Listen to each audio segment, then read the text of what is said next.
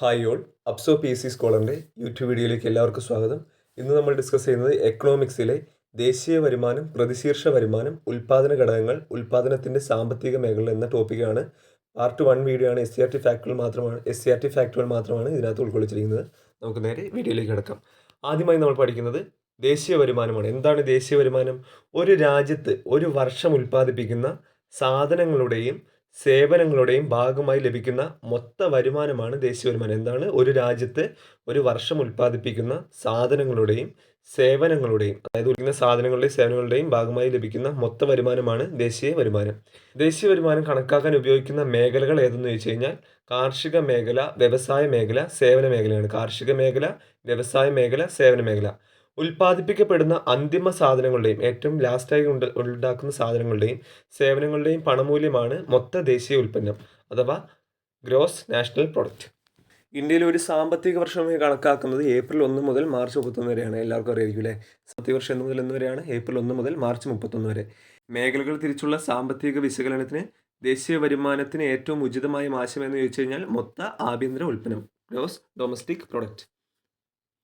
ഒരു സാമ്പത്തിക വർഷത്തിൽ രാജ്യത്തിൻ്റെ ആഭ്യന്തര അതിർത്തിക്കുള്ളിൽ, അതായത് രാജ്യത്തിൻ്റെ ആഭ്യന്തര അതിർത്തിക്കുള്ളിൽ ഉൽപ്പാദിപ്പിക്കപ്പെടുന്ന സാധനങ്ങളുടെയും സേവനങ്ങളുടെയും ആകെ പണമൂല്യമാണ് മൊത്ത ആഭ്യന്തര ഉൽപ്പന്നം. എന്താണ് ഗ്രോസ് ഡൊമസ്റ്റിക് പ്രൊഡക്റ്റ് എന്ന് വെച്ച് കഴിഞ്ഞാൽ ഒരു സാമ്പത്തിക വർഷത്തിൽ രാജ്യത്തിൻ്റെ ആഭ്യന്തര അതിർത്തിക്കുള്ളിൽ, വിദേശത്തുള്ള നമ്മൾ കണക്കാക്കില്ല, രാജ്യത്തിൻ്റെ ആഭ്യന്തര അതിർത്തിക്കുള്ളിൽ ഉൽപ്പാദിപ്പിക്കപ്പെടുന്ന സാധനങ്ങളുടെയും സേവനങ്ങളുടെയും ആകെ പണമൂല്യമാണ് മൊത്ത ആഭ്യന്തര ഉൽപ്പന്നം അഥവാ ഗ്രോസ് ഡൊമസ്റ്റിക് പ്രൊഡക്റ്റ്. യന്ത്രസാമഗ്രികളും മറ്റ് സാധനങ്ങൾക്കുമൊക്കെ ഉപയോഗിക്കുമ്പോൾ പഴക്കം കൊണ്ടുണ്ടാകുന്ന തേയ്മാനം പരിഹരിക്കാൻ ആവശ്യമായ ചെലവാണ് തേയ്മാന ചെലവ് അഥവാ ഡിപ്രീസിയേഷൻ ചാർജ്.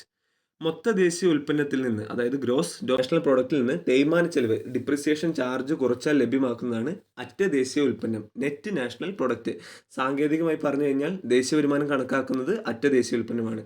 ഇതിൽ നിന്ന് ഡിപ്രീസിയേഷൻ ചാർജ് കുറയ്ക്കുന്നത്, ഗ്രോസ് നാഷണൽ പ്രോഡക്റ്റിൽ നിന്ന് ഡിപ്രീസിയേഷൻ ചാർജ് കുറയ്ക്കുന്നതാണ് അറ്റ ദേശീയ ഉൽപ്പന്നം. ദേശീയ വരുമാനം കണക്കാക്കുന്നതിനുള്ള രീതികൾ ഏതൊക്കെയെന്ന് ചോദിച്ചു കഴിഞ്ഞാൽ 3 രീതികളാണ്. ഉൽപ്പാദന രീതി, വരുമാന രീതി, ചെലവ് രീതി. നമ്മൾ നേരത്തെ 3 മേഖലകൾ പറഞ്ഞിരുന്നു. ദേശീയ വരുമാനം കണക്കാക്കാൻ ഉപയോഗിക്കുന്ന 3 മേഖലകൾ ഏതൊക്കെയാണ്? കാർഷിക മേഖല, വ്യവസായ മേഖല, സേവന മേഖല. ഇനി ദേശീയ വരുമാനം കണക്കാക്കാൻ ഉപയോഗിക്കുന്ന 3 രീതികൾ ഏതൊക്കെയെന്ന് ചോദിച്ചു കഴിഞ്ഞാൽ ഉൽപ്പാദന രീതി, വരുമാന രീതി, ചെലവ് രീതി. എന്താണ് ഉൽപ്പാദന രീതി? പ്രാഥമിക, ദ്വിതീയ, തൃതീയ മേഖലകളിൽ, അതായത് പ്രാഥമിക മേഖല എന്ന് പറഞ്ഞു കഴിഞ്ഞാൽ കാർഷിക മേഖല, ദ്വിതീയ മേഖല എന്ന് പറഞ്ഞു കഴിഞ്ഞാൽ വ്യവസായ മേഖല, തൃതീയ മേഖല എന്ന് പറഞ്ഞു കഴിഞ്ഞാൽ സേവന മേഖല. അതിൽ ഉൽപ്പാദിപ്പിക്കപ്പെടുന്ന സാധനങ്ങളുടെയും സേവനങ്ങളുടെയും ആകെ പണമൂല്യം കണ്ടെത്തി ദേശീയ വരുമാനം കണക്കാക്കുന്ന രീതിയാണ് ഉൽപ്പാദന രീതി. ഓരോ മേഖലയുടെയും പങ്കാളിത്തം മനസ്സിലാക്കാനും കൂടുതൽ സംഭാവന ചെയ്യുന്ന മേഖല കണ്ടെത്താനും ഒക്കെ ഉപകാരപ്രദമായ രീതിയാണ് ഉൽപ്പാദന രീതി.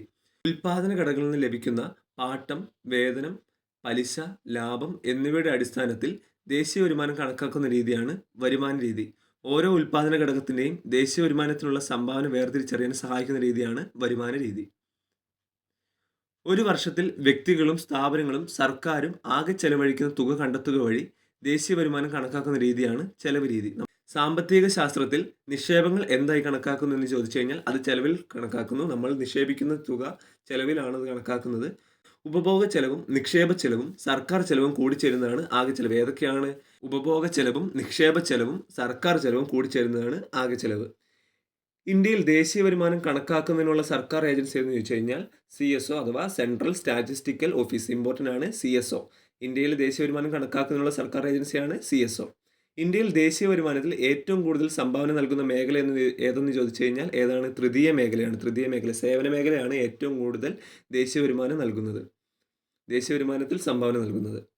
സാമ്പത്തിക വളർച്ച കൈവരിക്കുന്നതിനായി അറിവും സാങ്കേതിക വിദ്യയും ഫലപ്രദമായി ഉപയോഗിക്കുന്ന മേഖലയാണ് അറിവധിഷ്ഠിത മേഖല. 3 മേഖലകൾ നമ്മൾ പറഞ്ഞിരുന്നു: കാർഷിക മേഖല, വ്യവസായ മേഖല, സേവന മേഖല. ഇത് കൂടാണ്ടുള്ളതാണ് അറിവധിഷ്ഠിത മേഖല. അറിവ് സമ്പദ്ക്രമത്തിൻ്റെ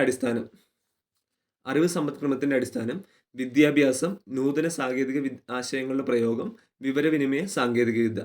കാണാൻ കഴിയാത്ത ഒരു ആസ്തിക്ക് ഉദാഹരണമാണ് ഭൗതിക മൂലധനം അഥവാ ഇന്റലക്ച്വൽ ക്യാപിറ്റൽ. ഇന്റലക്ച്വൽ ക്യാപിറ്റൽ എന്ന് ചോദിച്ചു കഴിഞ്ഞാൽ ഒരു സംരംഭത്തിൽ സമൂഹത്തിലുള്ള ആളുകളുടെ കൂട്ടായ അറിവാണ് ഭൗതിക മൂലധനം. അത് നമുക്ക് അളക്കാൻ കഴിയില്ല. അറിവധിഷ്ഠിത മേഖലയ്ക്ക് സർക്കാർ മുൻഗണന നൽകുന്നതിനുള്ള ഉദാഹരണമാണ് ടെക്നോ പാർക്കും ഇൻഫോ പാർക്കും ഒക്കെ ഉള്ളത്. ഇനി നമുക്ക് പഠിക്കാനുള്ള ഇന്ത്യയിൽ ദേശീയ വരുമാനം കണക്കാക്കാനുള്ള പ്രധാന പരിമിതികൾ ഏതെന്ന് ചോദിച്ചു കഴിഞ്ഞാൽ സ്റ്റേറ്റ്മെന്റ് ആയിട്ട് ചോദിക്കാറുള്ളതാണ്. വിശ്വാസയോഗ്യമായ സ്ഥിതിവിവര കണക്കിന്റെ അഭാവമാണ് ഒന്നാമത്തെ പോയിന്റ്. ഒന്നിലധികം തവണ സാധനങ്ങളുടെയും സേവനങ്ങളുടെയും പണമൂല്യം കണക്കാക്കപ്പെടുന്നു. ഒരു എക്സാമ്പിളായിട്ട് പറയുകയാണെങ്കിൽ ഒരു കാർ ഉണ്ടാക്കുമ്പോൾ കാറിൽ പല പാർട്സുകൾ ചേരുന്നുണ്ട്. അതിൻ്റെ മൂല്യം ആദ്യം കണക്കാക്കപ്പെടുകയും അതുപോലെ തന്നെ ലാസ്റ്റ് കാറിൻ്റെ പ്രൊഡക്റ്റിൽ വരുമ്പോൾ അതെല്ലാം ഉൾക്കൊള്ളുകയും ചെയ്യുന്നു. അപ്പോൾ ഒന്നിലധികം തവണ സാധനങ്ങളുടെയും സേവനങ്ങളുടെയും പണമൂല്യം കണക്കാക്കപ്പെടുന്നു നമുക്ക് വേണമെങ്കിൽ പറയാം. അടുത്ത പോയിന്റ്, വീട്ടമ്മയുടെ ഗാർഹിക ജോലി കണക്കാക്കപ്പെടുന്നില്ല.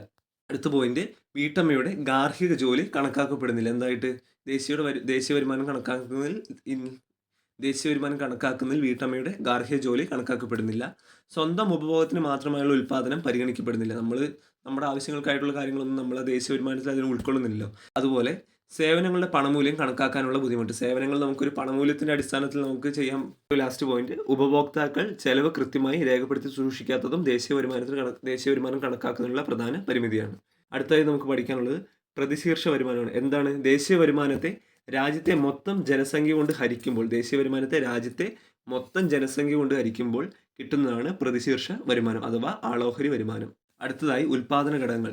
ഉൽപാദനത്തിന് സഹായിക്കുന്ന 4 പ്രധാന ഘടകങ്ങളാണ് ഭൂമി, തൊഴിൽ, മൂലധനം, സംഘാടനം. ഭൂമി, തൊഴിൽ, മൂലധനം, സംഘാടനം. ഇത് ഓരോന്നും ഓരോ പ്രതിഫലം നൽകുന്നുണ്ട്.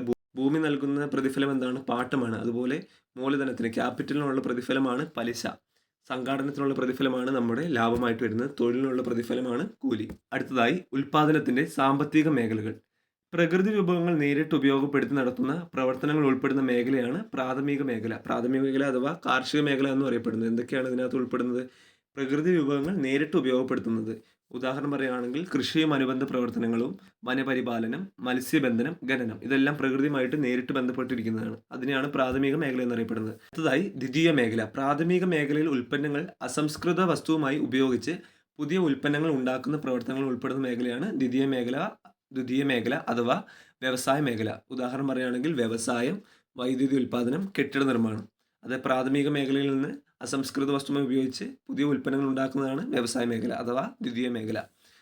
പ്രാഥമിക ദ്വിതീയ മേഖല ഉൽപ്പന്നങ്ങൾ സംഭരിക്കുന്നതും വിതരണം ചെയ്യുന്നതുമായ പ്രവർത്തനങ്ങൾ ഉൾപ്പെടുന്ന മേഖലയാണ് തൃതീയ മേഖല അഥവാ സേവന മേഖല.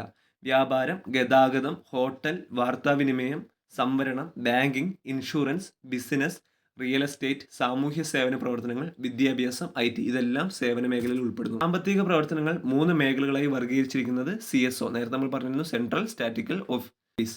സ്ഥിതിവിവര കണക്കുകൾ സംയോജിപ്പിക്കുകയും അതുപയോഗിച്ച് ദേശീയ വരുമാനം കണക്കാക്കുകയും ചെയ്യുന്ന സ്ഥാപനമാണ് CSO. സ്ഥിതിവിവര കണക്കുകൾ സംയോജിപ്പിക്കുകയും അതുപയോഗിച്ച് ദേശീയ വരുമാനം കണക്കാക്കുകയും ചെയ്യുന്ന സ്ഥാപനമാണ് CSO ഏത് മന്ത്രാലയത്തിന് കീഴിൽ പ്രവർത്തിക്കുന്നത് ചോദിച്ചു കഴിഞ്ഞാൽ കേന്ദ്ര സ്ഥിതിവിവര പദ്ധതി നിർവഹണ മന്ത്രാലയത്തിന് കീഴിൽ. ഇതൊക്കെയാണ് SCERTയിൽ എക്കണോമിക്സിൽ ദേശീയ വരുമാനം, പ്രതിശീർഷ വരുമാനം, ഉൽപാദന ഘടകങ്ങൾ, ഉൽപാദനത്തിൻ്റെ സാമ്പത്തിക മേഖലകൾ ഡിസ്കസ് ചെയ്യുന്നത്.